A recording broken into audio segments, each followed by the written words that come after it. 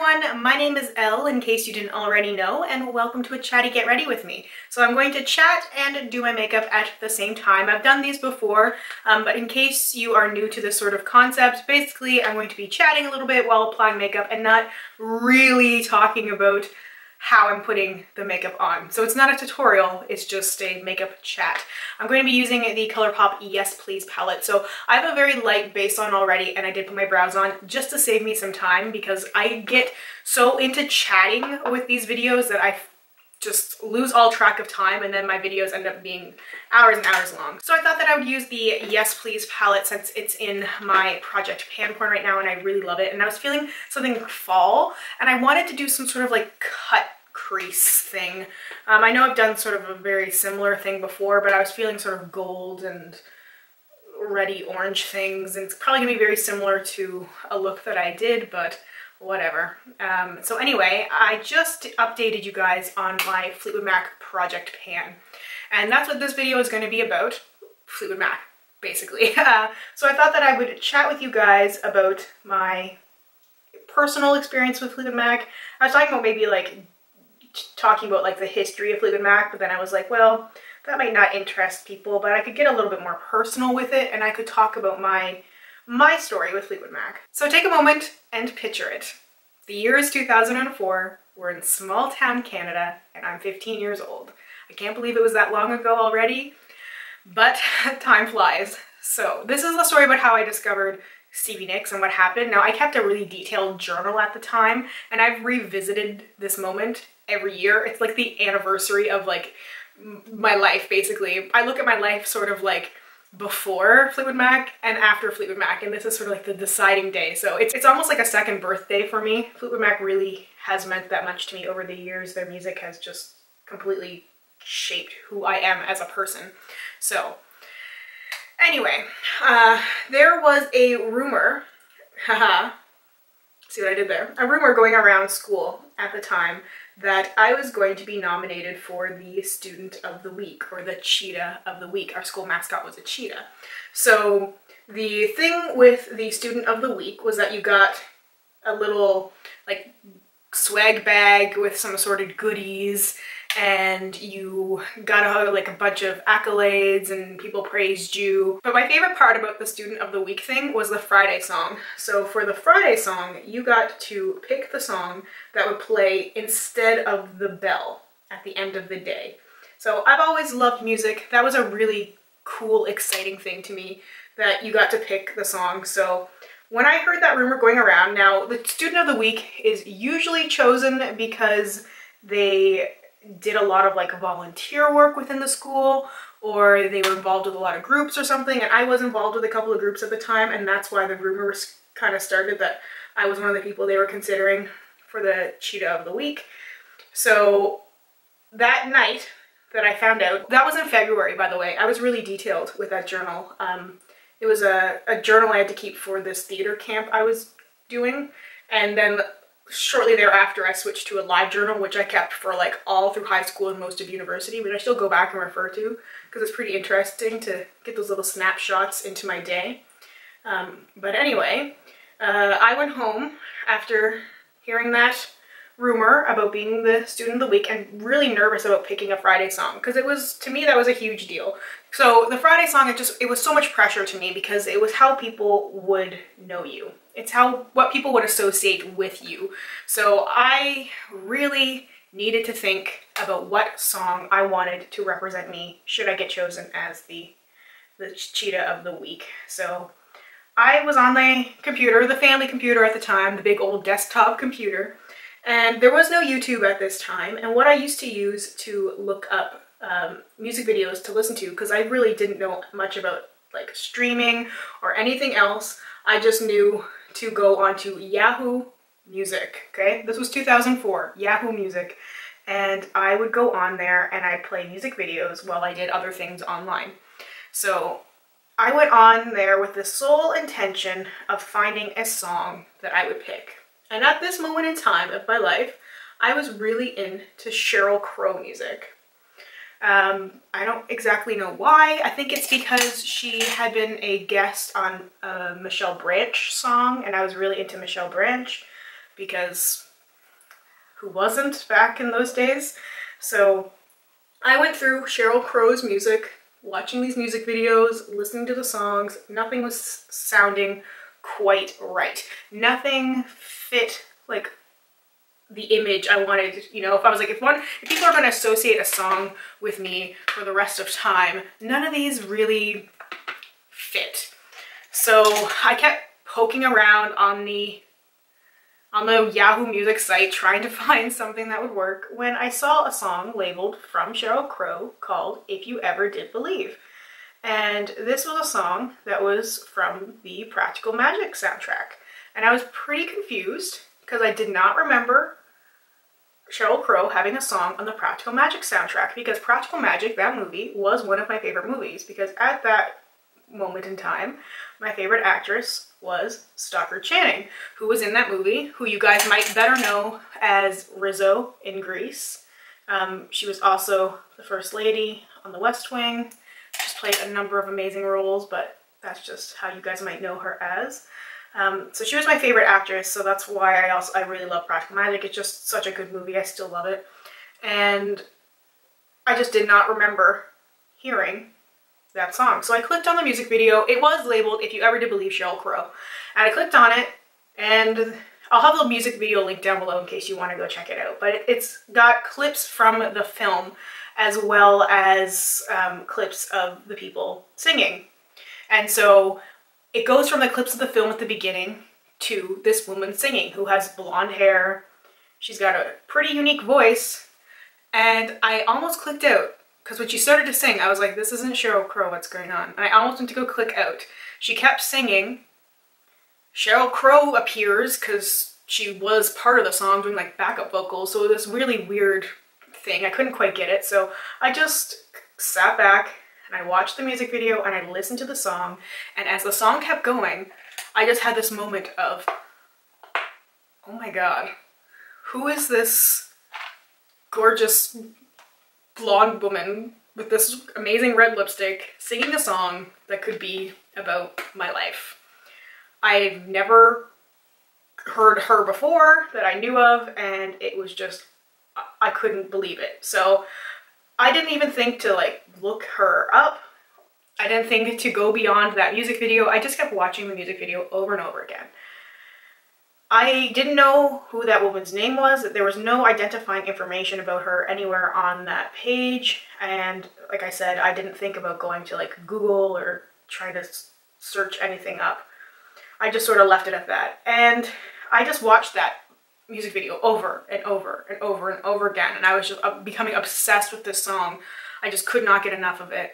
And I only stopped listening to it because I was going to watch a rerun of Divas Live from 2002. And I'm not sure if Divas Live is something that they still do, but it was something that they did with like a lot of pretty powerhouse women singers. They would do this live performance, and I was planning to watch it because a few people that I was really into were involved in the show. It was from a couple of years before, but I hadn't seen it, right? Like this isn't a time when so much stuff is easily accessible. It's not like I could just look it up somewhere online and watch the whole thing. Like I had to resort to TV Guide listings and searching people's like actors and stuff names. I would have lists of the shows that were coming on in the times because there was no other way to watch it, not even just a clip of it. So it's funny how things have changed so much. So I left the music video to go watch this, and you know, it's a really great performance. There's a lot of my favorite people involved. And the next thing I know, they bring out the Dixie Chicks with special guest because they're singing the song Landslide. So of course I knew the song Landslide, the Dixie Chicks song Landslide. They bring out Stevie Nicks, and I'm thinking, I don't know if I really want to hear them sing a song with somebody else because, you know, I liked the Dixie Chicks version of the song. But then out comes that blonde woman from that video that I had been obsessed with just moments before. Stevie Nicks. Stevie Nicks. I have to remember that name. I wrote it down in that journal. I wrote these whole events down kind of as they were happening about how I discovered her through this way. And the last sentence in that journal went, well, I think I might be becoming a fan of Stevie Nicks. Biggest understatement of my entire life. The very, very next day, I took my change jar. I had like, well, it's not even a jar. It was like a big fancy container. I don't even know what kind of creature it was. I think maybe a poodle. Something my aunt had made that you could put money in, and then it was really hard to get the money out. I think it was almost intended to be broken, but I used to just kind of shake it repeatedly till the change fell out. But I shook that thing to death to get enough money out to go buy a CD, and I went. That very next day, after school, I went down to the CD store and I bought Belladonna, Stevie Nicks' first solo album. And my God, did I wear that thing out. I just listened to it over and over and over again. It was just like my life changed in that instance. And then like a week later, I bought Rumors. And the rest, as they say, is history. And that's just the cute little story. And I think about that every now and then, and I go back. I don't listen to the If You Ever Did Believe song too much anymore, just because it means so much to me now that I just can't listen to it casually because I just love it so much. But anyway, I just thought that would be a fun little story to tell you guys. So next year will mark 15 years, be like half my life being a crazy fan. I'm hoping that they'll tour again, Fleetwood Mac, so I will get to see them. That'd be a really cool like anniversary moment for me. It's hard to describe, and to some people it might not make sense to be like, really, a band means that much to you? But they just, I guess it's because I found them at the right time in my life. Like if I found their music later, maybe if I found them earlier, it would have been totally different. But just at that moment in my life where I was such a, you know, fragile teen, it just, it was one of those defining moments, and their music just became a soundtrack for just my entire life from that point on. Everything that I experienced had a Fleetwood Mac soundtrack, so I can listen to the music and it takes me back to all of those times.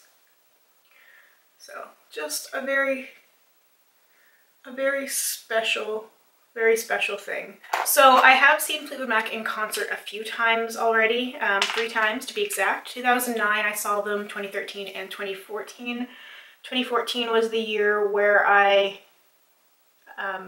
did the meet and greet and met Mick Fleetwood, which was amazing, but I was so nervous I just didn't get to enjoy it as much as I wish I had, just because I was so terrified. I mean, here I am in the same room with one of the members of the band that meant so much to me. It was just crazy.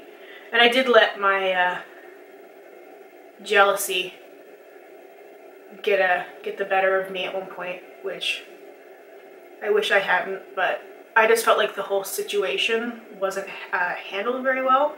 So meet and greets are not cheap when it comes to meeting people in high profile positions, I guess you could say. It's kind of gross that they charge so much, you know, to meet their fans, but also they're doing it to make extra money. And Mick Fleetwood pretty much came out and admitted that it was like a way for him to make extra money on top of his portion of like the merchandise and the ticket sales. This was money that would just go to him because you're meeting him, not anybody else, not any other members of the band. So it tends to be a lot of older people going to these meet and greets because it's so expensive. But I decided to do it because I had the money at the time and I was already traveling a good distance to go see the band. I figured, well, I might as well spend the extra money. I get to meet Mick Fleetwood, you know, get the picture taken, get to listen to him talk, you know, the Q&A thing, and I get a guaranteed good seat. Because if you take the package, you were guaranteed a seat. At least, I think it was at least in the first 5 rows or something, so I just decided to go for it. Anyway, at the meet and greet, I did meet a bunch of awesome people there, and there's a few people that I still talk to who I met at the meet and greet, and at the concert itself. But anyway, there was another couple of young people. So I'd say it was me, and then there was this couple, and they were together, and I guess they had somewhat of a history with Mick Fleetwood from before. The previous year when they had toured. So I went to Ottawa to see the concert, which is fairly far for me to travel to anyway, and it's not cheap. So I'd gone in 2013 as well, and I guess this couple who came from pretty much the same distance I did, ended up running into Mick Fleetwood at a jewelry store. This would have been the 2013 year. And basically when they ran into him at this jewelry store, they told him how they were such a huge fan of Fleetwood Mac and how, you know, even though they were young, whatever, they'd spent some of their savings to go see Fleetwood Mac in concert in Ottawa, from which they traveled from where they were, blah, blah, blah, blah, blah. And Mick was so impressed with them and their story. Stevie Nicks dedicated Landslide to them that year. And, you know, it was just one of these beautiful, beautiful things. And then at the meet and greet there in 2014, Mick brought it up again. He went on this whole thing about how, like, it's so rare to see young people like our music anymore.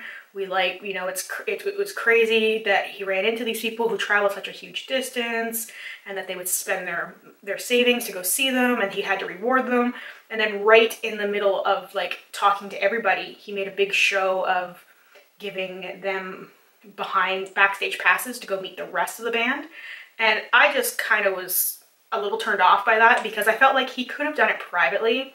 Like, I mean, obviously he's Mick Fleetwood, he can do whatever the hell he wants, but I just felt like the way that it was handled, like, obviously I was like, I'm a young person, I spent a lot of money to come here, you know, I dipped into my savings, I saved for a while to come here, and so what makes them better than me? Not that I thought that I just deserved it to be handed backstage passes, but just the way that it was presented to them, like, you guys are young people and you love our music and you deserve all the best treatment, so we're giving you backstage passes so you can meet the rest of the band. And it was just presented in front of everyone and everyone's kind of looking at each other like, oh, wow.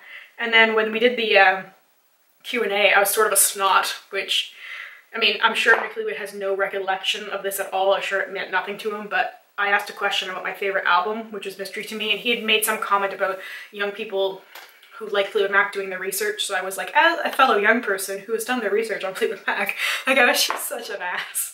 But I was just so taken aback by that whole comment about, like, just the young people deserving things for spending their money, and I was just, yeah. It was just a little bit of a souring of the event for me. Now, it was great because Mick Fleetwood, like, talked to me directly, explained the whole album cover thing to me, and he was just so wonderful, so that was great. I just felt like that particular moment could have been handled a little bit better. Just a thought. I'm waiting for some lashes to dry. This is not, like, as dramatic as I had sort of thought. What I was envisioning was not this, but I don't mind it. I don't hate it. It's not really a cut crease. But maybe I'll add some glitter before I get into the lashes. I don't know. So anyway, I have done my research on Fleetwood Mac. I know a lot about the band. One of my dreams in life is to be wearing a Fleetwood Mac shirt and have someone sort of question my knowledge on them, because then I can be like, listen, let me tell you a story. We're going to go back to 1967 and you are going to listen to the whole thing from start to finish, and I will make them listen to me as I tell them the entire history of Fleetwood Mac, starting from their starting from 1967, I guess, when the band was first formed. I'll tell the whole backstory. I'll get into John Mayall. I'll talk about Peter Green. I'll talk about, you know, the history there with the Blues Breakers, and, you know, how the first sort of recording thing was sort of accidental because Peter Green had recording time that he was given by John Mayall, and he opted to just sort of do a jam session with his favorite drummer, Mick Fleetwood, and his favorite bassist, John McVie, and then he ended up labeling the tin that they kept the recording Fleetwood Mac for Mick Fleetwood and John McVie, instead of calling it after himself, Peter Green, even though, like, the first incarnation of Fleetwood Mac was basically referred to as Peter Green's Fleetwood Mac because he was the name. Anyway, yeah, I would really love to just shut someone down, like, hard that way and just go on and on about the history. I know the names of everyone who has ever been part of Fleetwood Mac, even if it was only for 2 weeks. I know it all. Just, it's kind of sad, I guess, maybe to some people that I just know so much information, but it's one of those topics that I just love. I just love the whole history of Fleetwood Mac. I love the whole mythology of it. I love it all. I just love it all. It's just so interesting to me. It's just a topic that I'm fascinated in. A topic that I'm fascinated in, and I'm just serious when I say I could have a PhD in Fleetwood Mac. because I know so much. Every time I got an opportunity in school to write a paper involving Fleetwood Mac in some way, I did. So many papers involved Fleetwood Mac. I remember a theater paper in particular. We had to take a classic play and transform it into a modern day setting. So I did an adaptation of Pygmalion, which you guys might know better as My Fair Lady. Basically, it's sort of a similar story. So if you know My Fair Lady, you generally know the story of Pygmalion. And I had it with, like, you know, Stevie Nicks kind of taking the place as Eliza, and how she was getting sort of trained by John and Mick to become this world superstar. Oh yeah, trust me, any opportunity when I can involve Fleetwood Mac, I do. And it's one of those things that people don't get about me, but I always try, like, and explain it when people want to know, like, what's one thing that really defines you? I'm like, Fleetwood Mac. They're like, no, really? Yeah, no, really, Fleetwood Mac. When I had to do my employee profile at work, that was a question that got asked. It was like, how come, you know, what one thing defines you? And I was like, Fleetwood Mac. And at the time I had a Fleetwood Mac tote bag, and I had a wallet, which actually I still use. That's the Rumors cover. And the person who was doing my work profile was like, yeah, okay. Fleetwood Mac really does mean a lot to you. You weren't kidding. It's like, no, I don't kid about Fleetwood Mac. Fleetwood Mac. You don't kid about Fleetwood Mac. So I'm still waiting for those lashes to dry, and I keep looking at the glitter here in front of me like, do I do it? Do I do it? Or not? I like waiting till the lash glue is almost dry on its own before applying. So let's do a little glitter. But yeah, essentially that's my Fleetwood Mac story. I'm sure there's all these other little things I could talk about, but that's sort of the main history. It's hard to talk and do something like this. I keep messing things up because I'm trying to be like super precise. That's why I could never do like a talk through tutorial, because I just completely lose my train of thought, like of what I'm doing, and I focus on what I'm saying. And even when it comes to tutorial, like I would just sometimes go off on tangents, and then I would be like, what, wait, what was I just doing? I find looks like this kind of difficult just because my eyes are so small. I would do anything to have larger eyes that I could just do more with. It'd be so nice. I envy all those people who have such nice lid spaces. So I'm just trying to clean up a little bit. I don't feel like it's gonna look great, but I like the little bit of glitter when you close your eyes. The problem is this stuff transfers like crazy. That's a little better. I still have to do the lower lash line, but I'm not sure exactly what I want to do yet. So I'm going to apply the lashes first, and then figure out what I want to do for the lower lash line and the lips. I don't know if I want to do another color for the lower lash line. I've done that before though. I don't know. I sometimes get into ruts and I can only think of like the exact same looks I've already done before, which is so boring. But sometimes then I feel like I almost try too hard and I come up with something that's just weird and that just doesn't look good. And it's weird because I find that the looks that I spend the most time on, that I'm the most happy with, they're not the looks that most people like. But when I do a simple look, like when my eye look takes me 3 seconds and I slap on a huge pair of lashes and a bold lipstick, everyone's like, oh my god, your makeup's amazing. Like, but I didn't do anything. I think that's the hard part. And I think that's why we see a lot less creativity right now on places like YouTube, is because when people do the creative things, people don't respond to it. And I didn't really think about that before. I saw some of like the bigger YouTubers talk about that, about how they're like, oh, well, I try to do creative things and people don't like it. They only respond to like the basic things. And I'm like, yeah, sure, whatever. Just, you know, you're saying that because that's what you like to do. But then I started getting it myself, where people were, you know, and it's not even just that people are nice about it, but it's just that people are like, oh, I like this on you better. Oh, I like, you know, I don't like you with, you know, this other look. I like you with this. It's like, oh, okay. And it's kind of weird, and it almost makes me feel like, okay, I should just do that, you know, safe kind of boring, pretty look because that's what people say that they like the best, but it's just, it gets so boring. It gets so boring to do just like minimal eye makeup and a bold lipstick because it's almost too easy.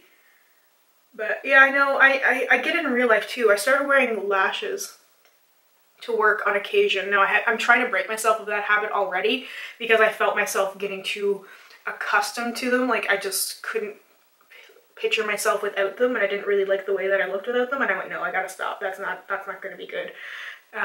So anyway, I would wear like the minimal eye makeup thing with false lashes, and people like my colleagues and stuff were going, oh my god, your makeup, or oh my god, you look beautiful today, oh my god, I love that, oh my god, this and that. And then the next day I'd do something really creative with my eyeshadow and nothing, like not a word.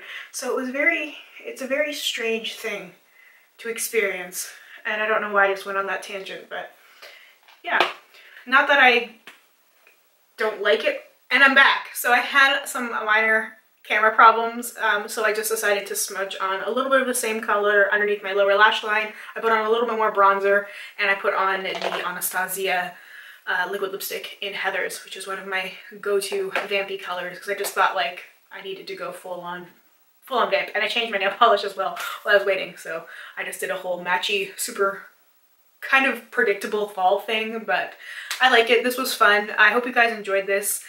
It was fun doing a little bit of a chatty video while kind of doing a look that some people had been interested before, a variation of it anyway. I can almost never recreate something that I did before because usually it was just so random, like I didn't follow anything, and it's hard to just sort of recreate something exactly. Also, I don't like to recreate stuff exactly because it's boring. I like to do something new all the time. Anyway, final look. This is the whole thing. Thank you guys for hanging out with me, for listening to me chat and complain about Fleetwood Mac and other various things. I really enjoy chatty videos. Let me know if you like them too, if you like makeup videos. I really want to do more of them. I do get a lot of requests for them, but then when I do them, I don't tend to get a lot of feedback on them. So definitely make sure to let me know if you like makeup videos like this so that I can know to do more in the future. I will have all of the products I used listed down below in the description box in case you are interested in what I used exactly. I feel like this lash it's on, but it's not on. I don't know. It's weird. Like it looks right, but then it doesn't look right. Okay, whatever. Anyway, long story short, that's all I have to say for this video. Thank you so much once again, and I hope I will talk to you soon. Bye for now.